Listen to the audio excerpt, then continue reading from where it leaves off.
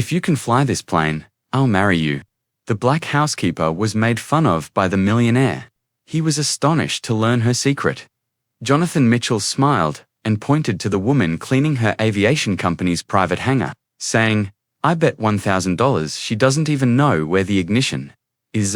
The CEO of Mitchell Aviation was searching for an easy target after losing a pointless wager with her partners about who could land the company plane the most precisely. Diana Santos, 34, washed the windows of the opulent office while pretending not to hear. She had worked in that hangar for 2 years and was accustomed to the snide remarks made by his pampered superiors and the rich pilots. However, there was something in Jonathan's tone that morning that stoked an old spark in her eyes. Jonathan tapped on the window and yelled, "Hey, you!" to gain her attention. Diana placed the cloth on the cart and walked forward, keeping the polite stance she had honed over the last few years. "Come here for a minute." He pointed to the other business people who were watching the spectacle with sly smiles and replied, "Yes, Mr. Mitchell. My friends and I were discussing natural talent for aviation," he said. "Have you ever flown in an aeroplane?" "Once, sir," Diana said plainly, leaving out the fact that it had been hundreds of times in military planes that were more expensive than Jonathan's whole private fleet. He said it again once, and the group laughed. "Excellent. I'll present you with an irresistible proposition. She will marry you if you can take my jet to the airport in Seattle and back without killing me. What say you?" Laughter erupted in response to the comment. For these men, it was the ideal joke. The most preposterous thing was the notion of a black housekeeper piloting a $20 million plane. Diana lowered her gaze momentarily, as though contemplating the impossibility of the suggestion. Something had changed in his eyes when she looked up again, a chilly calmness that caused Jonathan to scowl for no apparent reason. Calmly, "I agree," she said. The ensuing hush was deafening. Jonathan blinked multiple times, obviously not anticipating that response. "What?" I accepted his suggestion and said, "Mr. Mitchell, when do we leave?" Her unwavering confidence made the group uncomfortably uneasy. Diana seemed to have knowledge that he did not, as though she were holding a secret too potent to divulge before the appropriate moment. If you're enjoying this tale of bravery and redemption, don't forget to subscribe to the channel to see how Jonathan Mitchell's humiliation would be sparked by a little moment of derision. Like shattered glass, Jonathan's laughter reverberated throughout the hangar. "You agree? Are you serious?" He made a dramatic gesture as he turned to face his friends. "Guys, take in this momentous occasion. The housekeeper who will instruct us in aviation." As the group of middle-aged white guys writhed with laughter, Diana maintained a calm demeanor. She knew exactly who they were because she had been cleaning that place for 2 years. Men who thought they were better than the rest of humanity because they had inherited their father's wealth. Richard Blackstone, the owner of a chain of upscale car dealerships, stated, "Jonathan, this is going to be a joke at the club for decades. Consider the occasion when he nearly wed the housekeeper." They were unaware that she had operated a significantly more sophisticated aircraft than Jonathan's private plane. She had served in the Air Force for 12 years, flying everything from massive C-130 cargo carriers to F-16 combat jets. However, years of enforced silence kept that knowledge locked up in her thoughts. Jonathan wiped away his tears of laughing and continued, "Well, since you accept the challenge, how about we make it more interesting? If you manage to take off without blowing up her $20 million plane, her college expenses will be covered. However, make a vow that she will never again enter this hangar when she fails terribly." Diana was taken aback by the casual brutality of those remarks. She was in dire need of that position. Her basic health insurance barely covered the monthly checkups for her 10-year-old daughter, Leia, who was receiving treatment for persistent asthma. "I accept the terms," Diana said, her calm voice concealing the chaos within. Every penny of his salary went straight to the medications and inhalers that kept his little girl breathing. Taking out his cell phone, Jonathan began to record. The CEO challenges the employee, saying, "Perfect. I'm going to post this on social media. Fly or lose your job. In a few hours, it will become widely popular." Diana briefly closed her eyes as she recalled what his old leader, Colonel Jefferson, had said. In the air, soldier, you are neither black nor white, male or female. Competence does not lie, and you are the epitome of it. Mr. Mitchell, when are we going to depart? With a resolve that caused Jonathan to pause for a moment, she asked, opening her eyes. Now, he murmured, his haughtiness returning. While you attempt not to kill us, my buddies will watch from the VIP box. Diana saw something that the others missed as they made their way to the jet. N478 Alpha Mike is the registration number of the aircraft. She had flown that precise model on surveillance missions in Afghanistan. She was familiar with every mechanism, bolt, and aspect of that machine. Richard spoke in a voice she could hear. She can't even start the engines. I'll wager 50,000. Another entrepreneur chuckled. You're on. It's likely that the poor thing has no idea how to properly operate a vehicle.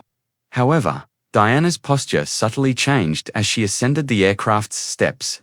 He started to move more confidently and precisely. A second personality seemed to be emerging. The top pilot who had spent years sleeping in a cleaning lady's clothes. It seemed inconceivable to those affluent guys that every insult, every sarcastic chuckle, and every haughty gesture was feeding a power he would never understand. It was the quiet might of a guy who had landed on runways that had been bombed out, braved desert sandstorms, and saved lives while bullets flew past him. She had nearly forgotten who she truly was because she had kept this hidden for so long. Diana Santos was finally going to show the world what a true pilot could do as she sat in the cockpit of that aircraft, her hands touching the well-known controls, like a pianist rediscovering her instrument after years of imposed stillness. Diana moved her fingers over the well-known controls. The executive jet's cockpit was nearly the same as the military aircraft he had flown on high-risk operations in the Middle East. Every indicator, switch, and system spoke a language she was more fluent with than her native tongue. Look, she's making a sincere effort, holding his cell phone to record every moment of what he thought was a comedy on the verge of becoming a tragedy. Jonathan laughed from outside. She probably has no idea how to switch on the air conditioner. Diana wasn't trying though. With the military accuracy that had saved her life and the lives of her fellows dozens of times, she was doing a pre-flight check. Her gaze methodically went over every instrument, examining the engine temperature, gasoline, electrical systems, and hydraulic pressure. It was similar to riding a bicycle. The body does not forget. The laughter was cut short by Mr. Mitchell's tentative voice. Tom Rodriguez, a Navy veteran with 3 tours in Iraq, was the hangar's chief mechanic. Through the cockpit window, he observed Diana's face as it slowly transitioned from one of interest to one of recognition, and finally to something approaching shock. Tom, what is it? Irritated by the disruption to his pleasure, Jonathan inquired. She is performing the pre-flight check in this manner. That isn't imitation or luck. She is familiar with all of the plane's systems. Observe his adjustment of the flight compensators. The military does that all the time. Jonathan gave an eye roll. You're seeing things, Tom. For crying out loud, she's a housekeeper. She has most likely watched a few aviation-related films. Diana found the cabin's communication system and plugged in his headphones. Her voice reverberated over the control tower frequency with professionalism and clarity. This is Golf Juliet 937, asking permission to take off from the Dallas Executive Tower. The intended route is via Victor 15 to Seattle. With a cruise altitude of 35,000 feet, Tom went white. She just asked for a full flight plan using the language used in civil aviation. Jonathan? That material is unknown to any cleaning lady. Juliet 937, Golf, permission was given. 12 knots of wind coming from the west. The tower responded. Runway 28 left clear for takeoff.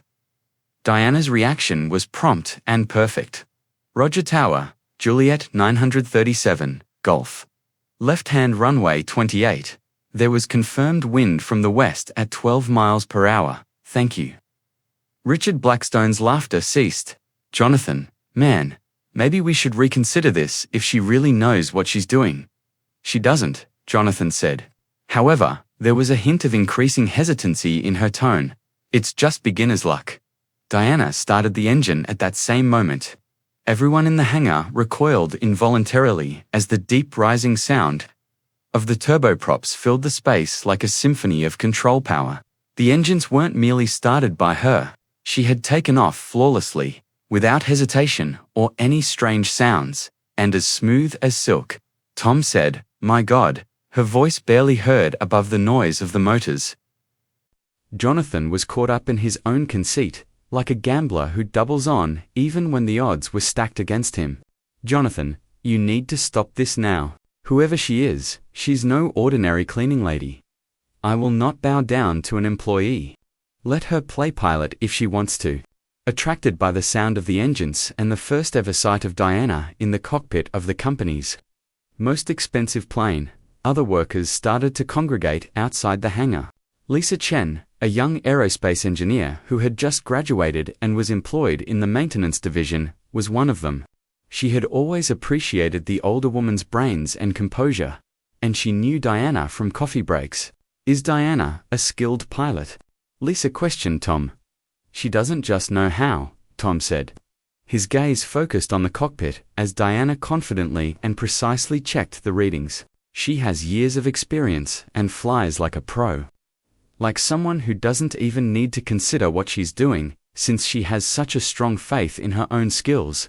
Diana closed her eyes and let the memories return for a time inside the cockpit. When she was just 22 years old, she recalled her first combat flight, carrying medical supplies to an outpost while being fired upon by the enemy. She recalled the rush of adrenaline, the controlled terror, and the total accountability for the lives of others that relied on her ability to perform. She also recalled his reason for stopping, even though he accomplished everything correctly. The last mission and the accident, which wasn't his fault, made him wonder if he could keep endangering other people. The choice to abandon his military profession in order to raise Lilo in a secure environment, away from the dangerous and violent world he had previously experienced. However, Diana discovered something unexpected as she was seated in that cockpit. The controls reacting to her touch as if they were an extension of his own body. Nothing had been lost by her. Every ability, intuition, and piece of technical information was present, undamaged, and ready to be put to use once more. Tom's voice came through the communication system to Diana. "You don't need to convince those fools of anything. I'm with you if you want to end now." Her smile conveyed a mixture of thankfulness and unwavering resolve. "Regards, Tom." However, they provided me with a chance to recollect my true self. And what do you know? They don't know. The wrong person has just been awakened. Jonathan motioned for her to come out as he pounded on the cabin window. "This is enough. Now switch it off." Diana gazed straight through the glass at him. Jonathan took a step back for a moment when he noticed something in his eyes. It was neither fury nor defiance. It was the complete assurance of someone who was going to change every rule in the game. She grabbed the microphone, and her voice came through the outdoor speakers on the hangar. "Please buckle up, gentlemen. You're going to discover the consequences of underestimating someone." At the back of the hangar, Lisa Chen was surreptitiously texting Diana's emergency contact, a number she had discovered in the human resources files. It was answered in a matter of seconds. "The Air Force decorated my mother, Captain Diana Santos. Anyone who was questioning her would be better prepared for an unforgettable lesson." As Diana moved along the taxiway with such accuracy that even the most seasoned mechanics in the hangar stopped what they were doing to observe. The sound of the engines grew louder. Every motion was professional, fluid, and well considered. That execution was anything but amateurish. Richard Blackstone said, "My God," his haughtiness finally giving way to genuine worry. "She's a true professional, Jonathan." Jonathan insisted it was impossible, but all the confidence she had once felt was gone from his voice. Now, for entirely different reasons, he gripped his cell phone fiercely, still recording. "It's all luck. A plane can be taxied in a straight line by anyone." Diana's voice reverberated across the hangar as she responded through the speakers in the control tower. "Golf, Juliet 937, the Dallas Executive Tower. is prepared for takeoff and is asking for permission to go right away using the regular tactical flight profile. Tom Rodriguez suffocated. Profile of a tactical flight. That's solely military jargon, Jonathan. Those procedures are unknown to civilians. Juliet 937 Golf, the tactical profile has been cleared. To the tower controller, the captain said, "Have a safe flight." The ensuing hush was deafening. Jonathan's cell phone fell on the concrete floor, thumping dully. "What?" He just called her, "What?" "Captain," Tom said again, her tone full of surprise and increasing deference. Her captain was summoned by the tower controller. Lisa Chin, holding his own cell phone like a jewel, hurried into the hangar at that same moment. "I recently talked to his daughter, Jonathan. Diana Santos is more than simply a housekeeper. The United States Air Force has awarded her the title of Captain Diana Santos. 3 combat tours in Afghanistan were part of the 12 years of active duty." Jonathan's face was completely devoid of blood. As her mind finally processed the enormity of her error, he glanced at the jet that was now at the start of the runway. She flew combat missions in an F-16. Lisa reviewed the information on her cell phone and went on. Move C-130s in conflict areas. She received 2 decorations for her valor in the face of enemy fire. While conducting rescue operations in hazardous territory, she saved the lives of dozens of people. The subsequent takeoff was a masterpiece. Diana did more than simply make the flight. She performed a series of moves that transformed the departure into an exhibition of her unmatched technical skill.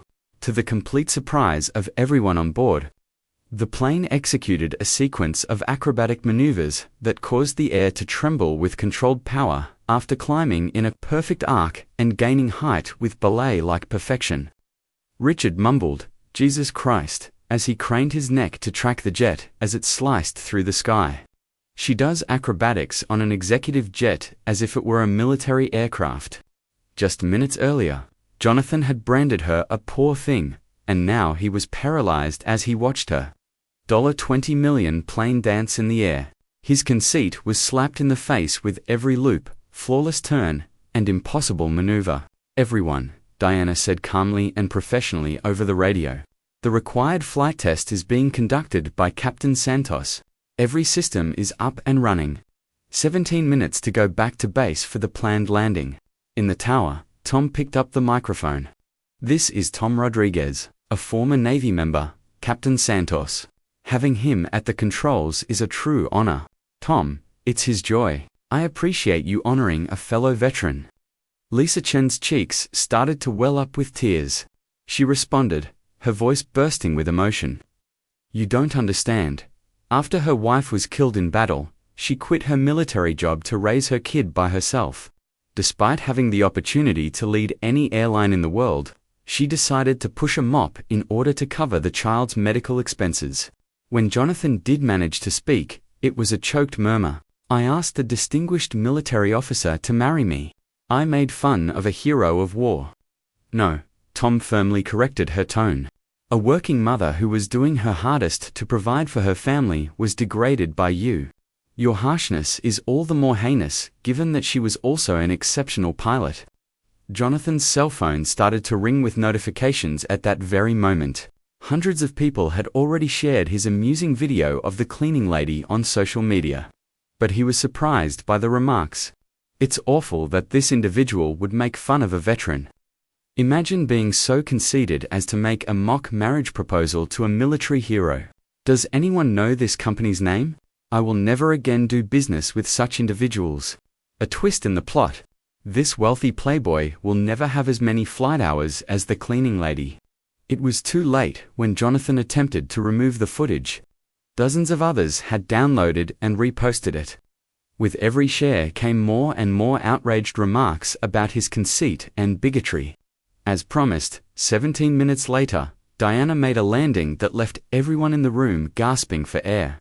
Not even the faintest hint of hesitancy or a single jolt was present. Like a feather on water, the jet made contact with the runway. Nothing of the obedient cleaning lady remained in her stance when she exited the plane. "Mr. Mitchell," she began, halting just in front of Jonathan, who appeared to have lost several inches since that morning. Diana Santos walked like the decorated military officer she had always been, with straight shoulders, firm steps, and a dignity that emanated from every pore. The flight test was successfully finished. Every system functioned within typical bounds. Any feedback regarding my performance? Jonathan repeatedly opened and closed his mouth, but no sound emerged. Employees and mechanics started to assemble around her. Some were using their phones to record, while others were simply observing her in polite silence, since she had just changed every rule in the game. In the meantime, veterans and military organizations around the nation had already taken notice of Jonathan's video, transforming what he had initially seen as a joke into a public nightmare that would ruin not just her name but the entire system of power that he believed to be unassailable. Even the most imaginative Hollywood scriptwriter could not have predicted the avalanche of justice that ensued over the course of the following 24 hours. In addition to being widely shared by the general public, Jonathan's film making fun of Diana also made its way to civil rights organizations, war veterans, and influencers who are fighting against discrimination in the workplace. Guys, check this out. A well-known military YouTuber with 2 million subscribers stated, as a joke, this billionaire playboy who was inheriting his father's businesses proposed marriage to a decorated Air Force captain who had saved lives in battle.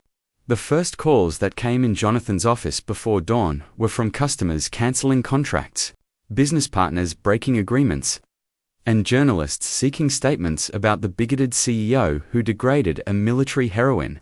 Jonathan, we need to talk urgently, Patricia Webb, chair of the Mitchell Aviation Board of Directors, said, her voice piercing the air like a cold blade. The board is calling an emergency meeting for 10 o'clock this morning. Meanwhile, Diana arrived at the hangar that more on behalf of all the veterans who work here. We want you to know that we always knew there was something special about you. We failed to recognize it publicly, and we're sorry. A man older, wearing a Vietnam veteran's cap, approached. Captain, I'm retired Colonel James Mitchell. Yes, Jonathan's uncle. I served 30 years in the Air Force, and I want you to know that I am ashamed of my nephew's behavior. He does not represent the values our military family has always stood for. Diana nodded with dignity. Colonel Mitchell, one person's prejudice does not define an entire family. I appreciate her words. At the emergency meeting, Jonathan faced the full wrath of the board. Patricia Webb wasted no time with NIST.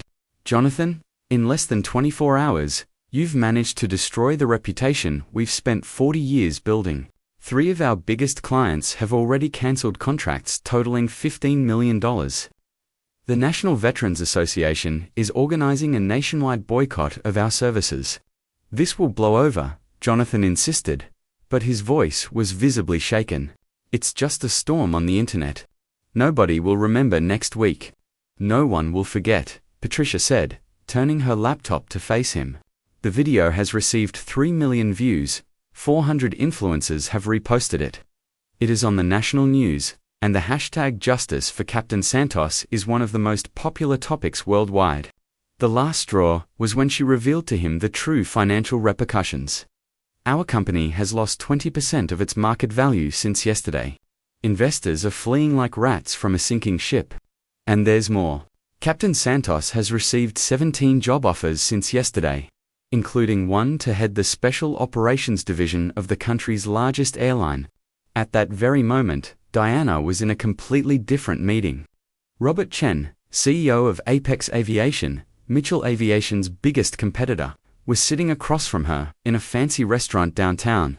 Captain Santos, I'll be blunt. We want you to head our new training and special operations division.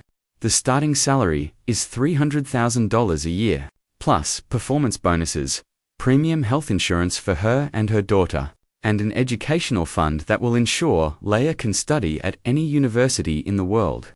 Diana remained calm, but inside she felt a deep sense of satisfaction. Mr. Chen, I have to ask, does this offer have anything to do with recent events? Yes, it does, Robert admitted with an honest smile. When we saw his video, his human resources team researched his military background. We discovered that you are exactly the type of leader we have been looking for months. Her technical competence is indisputable, but more importantly, she has exactly the type of character we want representing our company. 3 weeks later, the transformation was complete. Diana Santos became the first black woman to hold an executive position at Apex Aviation. Her first press conference was broadcast live to millions of people. For 2 years, I pushed a mop to support my daughter after leaving a 12-year military career. She said, her voice clear and confident, "I'm not ashamed of that. Honest work is never a source of shame. What makes me proud is that I prove that competence and character have no color, gender, or social class." A reporter asked about Jonathan Mitchell. Diana responded with a class that impressed everyone. "Mr. Mitchell gave me an opportunity to remember who I really was. So, in a way, I'm grateful to him. He intended to humiliate me, but he ended up liberating me." Jonathan, meanwhile, faced a brutal reality. Removed from the presidency of the family business, he was forced to sell his shares to cover the losses caused by contract cancellations. Mitchell Aviation, a company that had been in existence for 4 decades, was sold for a fraction of his previous value. Ironic, Tom Rodriguez commented to Lisa Chen as they watched the news. He jokingly offered marriage to an extraordinary woman. Now he's alone, broke, and she's on top of the world. In an interview for a podcast 6 months later, Diana reflected on the whole experience. "I learned that the best revenge isn't to destroy those who hurt you. It's to build something bigger than they could ever imagine." Jonathan tried to diminish him, but he ended up elevating her. Her daughter, Leia, now with premium health insurance and a guaranteed educational future, became a minor celebrity at her school. "My mum always said we should judge people by their character, not their profession," she said in a school presentation that also went viral. "She taught me that dignity doesn't come from what you do, but how you do it." A year after the incident, Apex Aviation had become the most respected executive aviation company in the country. Led by values of equality and meritocracy that Diana had implemented, her division trained hundreds of new pilots, many of them veterans and minorities who previously had no opportunities in the industry. Jonathan Mitchell, reduced to working as an independent consultant in a rented room, occasionally saw news about Diana's growing success. In moments of rare honesty with himself, he recognized that he had underestimated not only her abilities, but her exceptional character.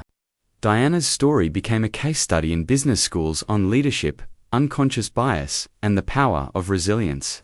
But for her, the greatest victory was not the awards, the salary, or the public recognition. It was being able to look at Leia every night, knowing that her daughter would grow up in a world where she had proven that competence, dignity, and honest work always triumph over undeserved privilege and arrogant prejudice. "When someone tries to diminish you," Diana used to say in her inspirational lectures, "remember, he is revealing his own limitations, not hers. Use that as fuel to fly higher than they ever imagined possible." The lesson that remained was simple but powerful. Never underestimate the person who cleans the floor his feet walk on. She may be exactly who he needs to learn about true greatness, humility, and what it means to win in life with class and dignity. If this story of overcoming adversity and justice touched his heart, subscribe to the channel for more stories that prove that true victory comes from those who turn adversity into opportunity, prejudice into motivation, and humiliation into fuel to reach heights that his detractors never dreamed of achieving.